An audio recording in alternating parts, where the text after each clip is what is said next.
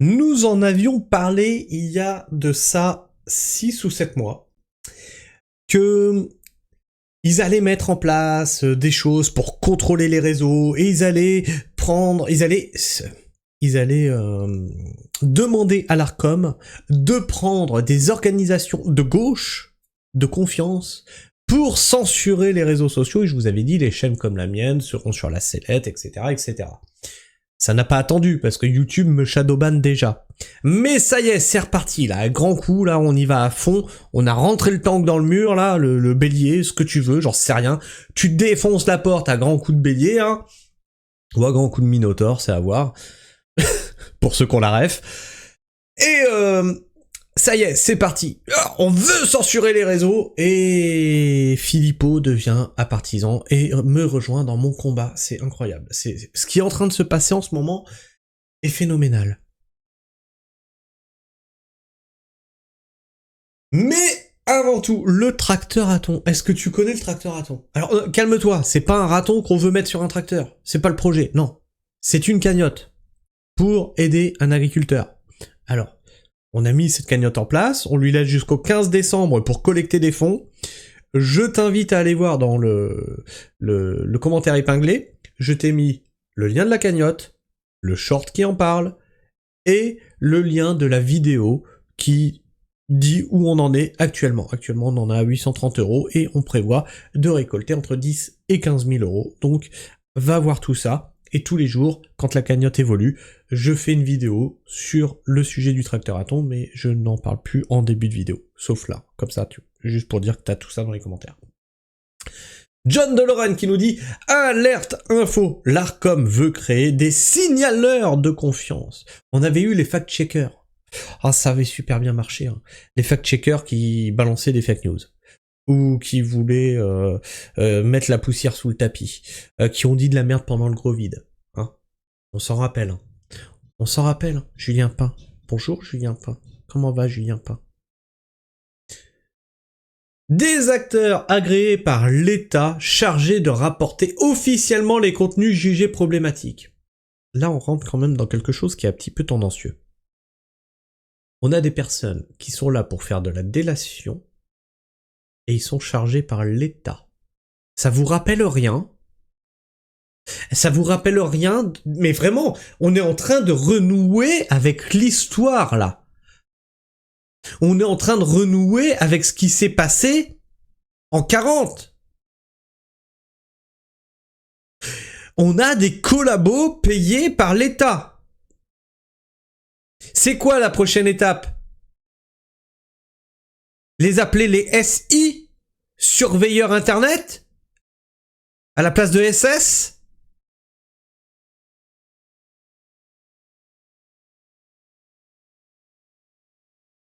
Ou les SC? Signaleurs. Confiance. Un dispositif financé par l'argent public, et oui, toujours pareil, c'est Nicolas qui paye, c'est mes impôts, c'est mes charges d'entreprise qui vont financer cette merde. Vous nous cassez les burnes, nos routes sont plus entretenues, l'éducation n'est plus faite, les hôpitaux tiennent plus debout. La sécurité n'est plus là. Mais non, ce qui est l'urgence, c'est de censurer ce que les gens y disent. Dans le même temps, l'Arcom relance entièrement son observatoire de la haine en ligne. La haine. Ah, il observe, il est avec son microscope, il dit « Oh, j'en vois, il y a de la haine ici. Ah, là, j'ai vu. » Du coup, la gauche, tu la mets où, l'Arcom? Parce que niveau haine, elle se pose là un peu, non? Un groupe dédié aux influenceurs et créateurs. Salut l'Arcom. Un autre plateforme et à leurs algorithmes pour préparer de nouvelles règles et potentiellement de nouvelles lois. Des lois de censure, les gens. On y est, on y arrive. Ces groupes devront, en 12 mois, définir les risques, les types de contenus à exclure, les limites algorithmiques, les futures obligations des plateformes.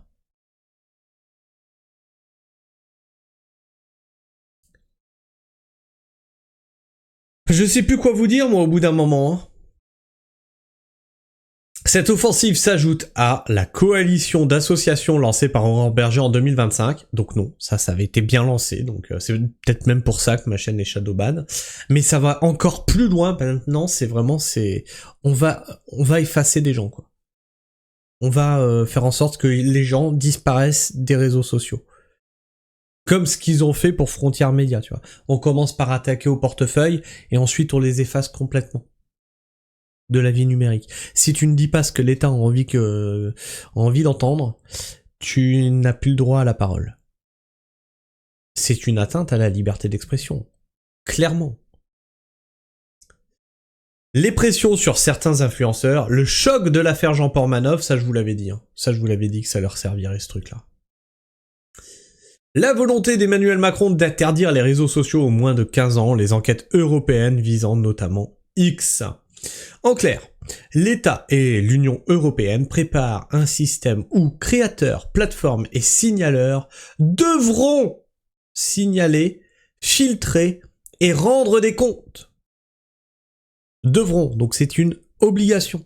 Tu es créateur sur une plateforme, et si tu vois quelque chose qui a choqué ton cocoro, tu es dans l'obligation de signaler.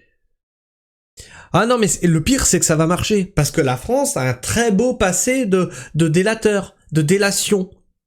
Et qui sont les plus beaux délateurs aujourd'hui? Ah ben la gauche. L'Arcom relance son observatoire de la haine en ligne, donc c'était sur BFM TV, donc on va voir directement dessus.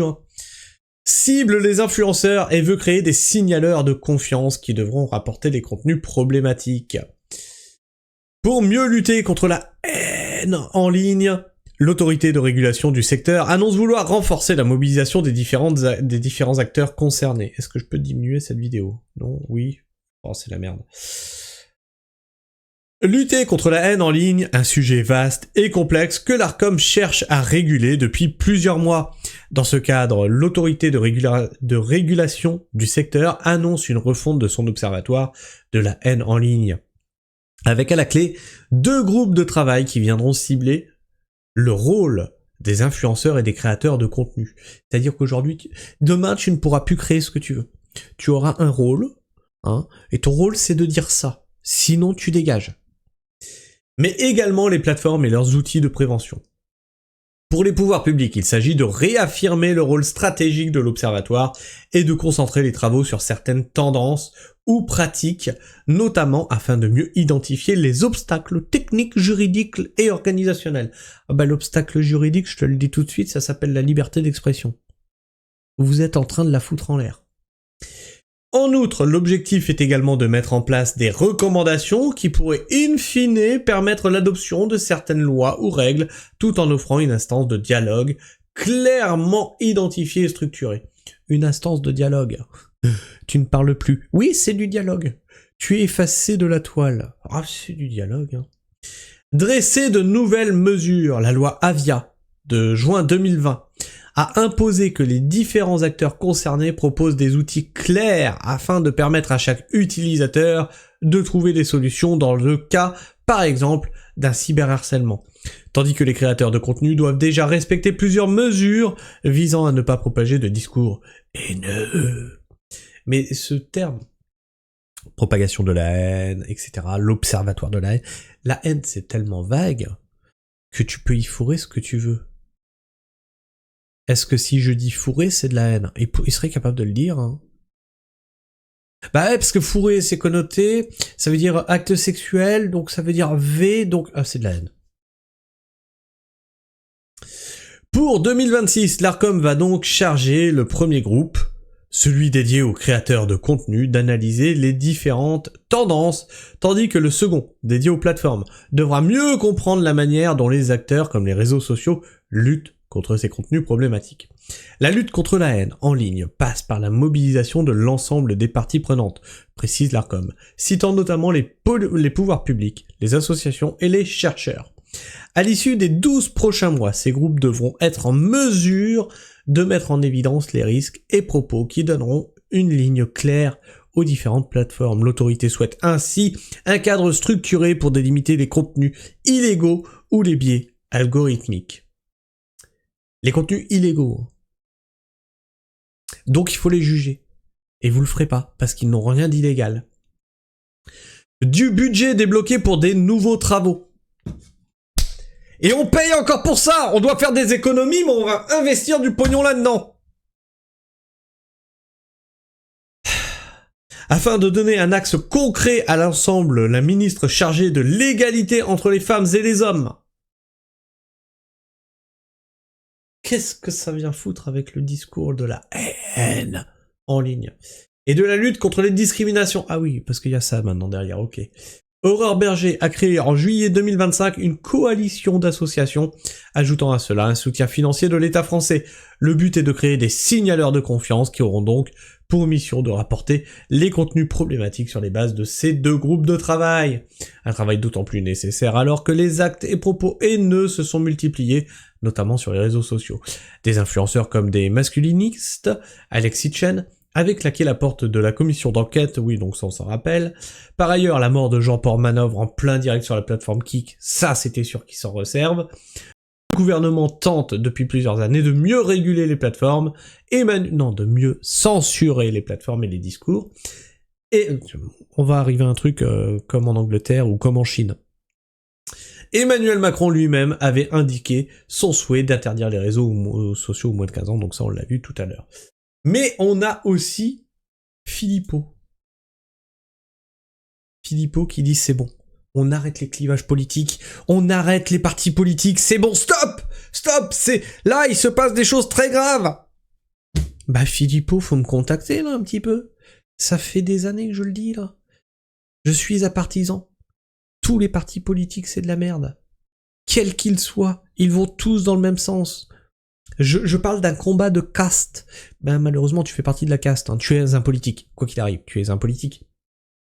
Le combat de caste, c'est le fait que toutes ces personnes sortent de l'ENA. Ils ne veulent pas ton bien. Même s'ils te font croire qu'ils le veulent, comme la LFI, comme Philippot, ils ne veulent pas ton bien. Ils veulent la place. Ils veulent la gamelle. Que Philippot se dise à partisan, ça ne me surprend pas. Qu'il le soit réellement, ça me surprendrait. Pour de vrai. Il est pour son parti politique. Bien entendu, il est pas un partisan. Mais c'est rigolo, c'est rigolo. Mais tu vois, je vous avais dit que ça viendrait de plus en plus, hein, les partis qui se disent patriotes, à partisans, etc. C'est en train de venir. Tout ce que j'avais prédit est en train de se passer. Tel que je l'ai. C'est pas que je suis médium, hein. C'est pas le matin je vais pisser, je vois dans mes boules. Hein. Non, non. C'est juste de la logique appliquée. Alerte, on sort des clivages politiques, il faut défendre la liberté d'expression. Florian Philippot sur ses signaleurs de confiance et sur les attaques répétées contre cette liberté fondamentale. Alors, bah oui, parce que lui aussi, hein, ça va être un des premiers visés, tu penses bien. Florian Philippot est l'invité de CNews, donc on va écouter notre Florian Philippot national. Ah oui, ça le passionne même, puisque encore aujourd'hui, Emmanuel Macron part à Arras faire un grand discours sur les réseaux sociaux et la démocratie. Vous avez vu d'ailleurs comment on a basculé. Hein. Il y a quelques semaines, on nous disait les réseaux sociaux par rapport à la protection des enfants. Puis maintenant, c'est carrément assumé. C'est par rapport... Mais ça, je l'avais vu arriver depuis des lustres, hein. Je vous l'avais dit, il commence par vous parler des enfants, on ne peut pas dire non. Ah, bah oui, les sites porno, machin, fermés, censurés, etc. On peut pas dire non. Bah, t'es quand même pas contre la protection des enfants. Ah, t'es pour... ne serais-tu pas un petit peu trop proche des enfants, toi? Sexualité, site, enfants. Donc tout le monde a dit oui. Et ça, c'était le coin dans la porte pour ouvrir sur d'autres censures. Et je vous avais prévenu, ils s'arrêteront pas là. Et ça y est. Alors la technique du coin dans la porte, et non pas du pied dans la porte. Le pied dans la porte, ça voudrait dire qu'on avait déjà une porte ouverte, on avait déjà ouvert la porte à ce genre de loi, mais qu'on voudrait la refermer. Ce n'est pas le cas. Techniquement, on est contre la censure. Le peuple est contre ça. Et on vous a fait une petite mesurette. Toc, les sites porno. Hop, on les enlève. Personne va rien dire. Et on enfonce le coin, petit à petit, jusqu'à ce que la porte elle cède et qu'on fasse passer la grosse loi qu'on voulait, c'est-à-dire la dictature sociale, la dictature sur les réseaux sociaux. Rapport à la démocratie. Et ce sujet m'intéresse parce que c'est le sujet de la liberté d'expression.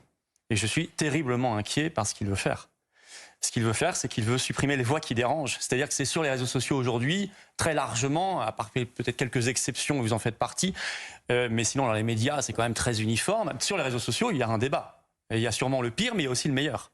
Et il y a une liberté d'expression qu'on trouve absolument pas ailleurs. Et c'est pour Et ce qui est très fort, c'est qu'il te dit on va censurer les réseaux pour la démocratie. Alors que la démocratie, c'est justement la voix du peuple. Donc il censure la voix du peuple pour la voix du peuple. La démocratie veut littéralement dire ça, la voix du peuple. C'est pour ça qu'il veut la museler. Alors il utilise pour ça beaucoup l'Union européenne. Vous savez qu'aujourd'hui même, l'ARCOM va désigner ses signaleurs de confiance.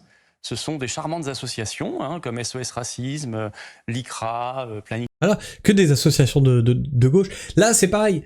La ministre chargée de l'égalité, machin et tout, ça devrait être une parité. Association de gauche et de droite. Non.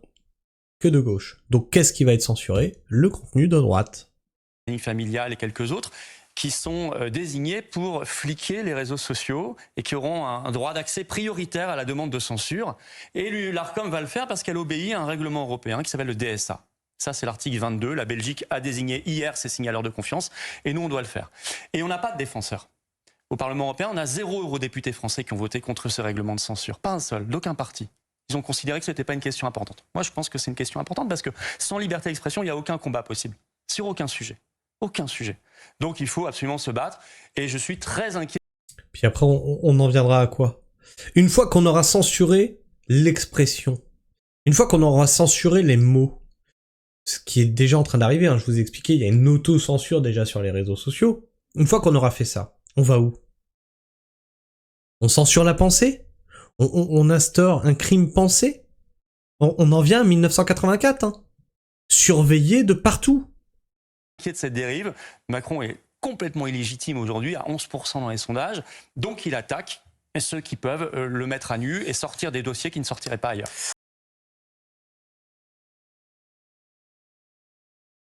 Qu'est-ce qui se dit dans les commentaires? Il nous faut impérativement faire sauter le clivage voulu par les partis prétendus de gouvernance. Voilà. Voilà, et ça c'est ce que je vous dis depuis longtemps. Arrêtez de vous diviser et arrêtez de rentrer dans les sectes, parce que les partis politiques, ce sont des sectes.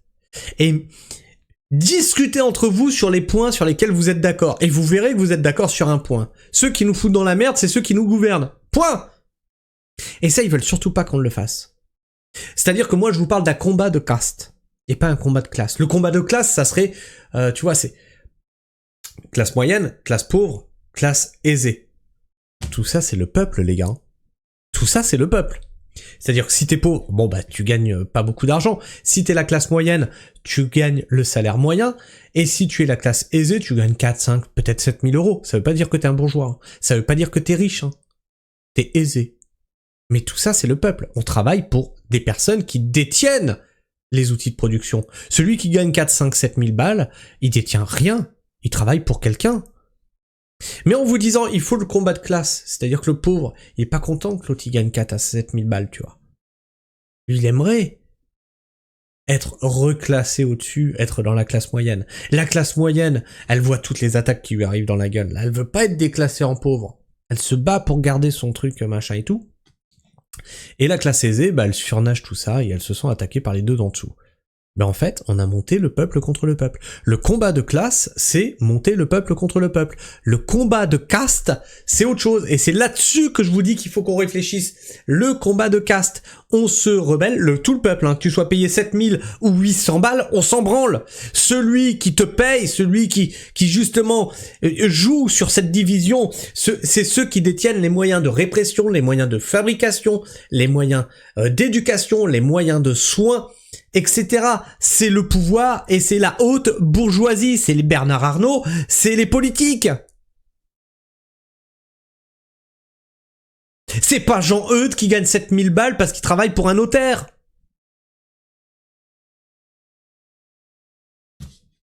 C'est pas Simone la dentiste qui doit payer ses charges. Oh regarde, elle fait un super chiffre d'affaires. Oui, et ses charges derrière. Le combat de classe est une connerie, poussé en plus par la gauche communiste.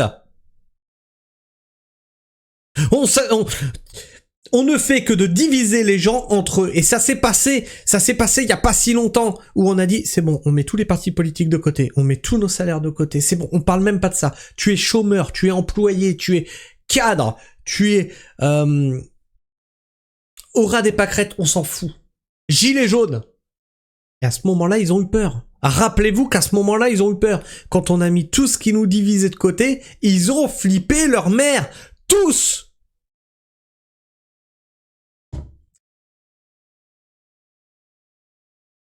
Le combat de caste. Et je suis désolé, mais Philippot fait partie d'une caste. La caste politique. Que vous le vouliez ou non. Vous allez me dire, ouais, mais toi, t'es pro-Attolino. Non, il fait pareil. Partie d'une caste. Maintenant, faut renverser la table. On n'a plus le choix. Il faut un gilet jaune XXL.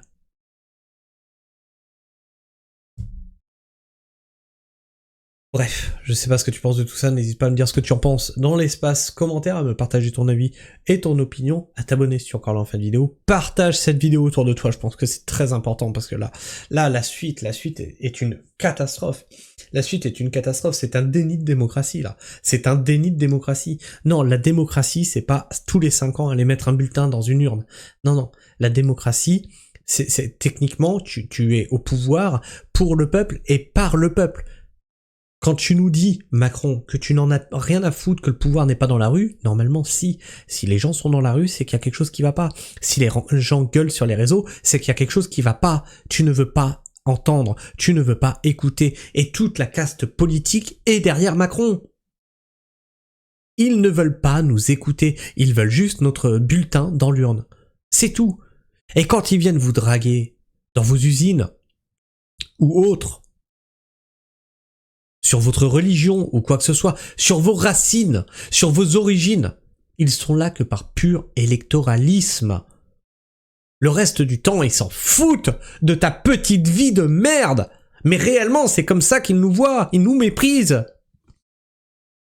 Bref. Vous pouvez aussi booster, liker cette vidéo, c'est très important, parce que YouTube ne me référence plus. Oui, je suis déjà victime de la censure. Donc je ne peux compter que sur vous pour partager mes vidéos et les faire connaître. Commenter, liker, partager, tout ça. Bref, sur ce, moi je vous fais la bise, prenez soin du sol bien entendu, et restez pragmatiques. Ciao.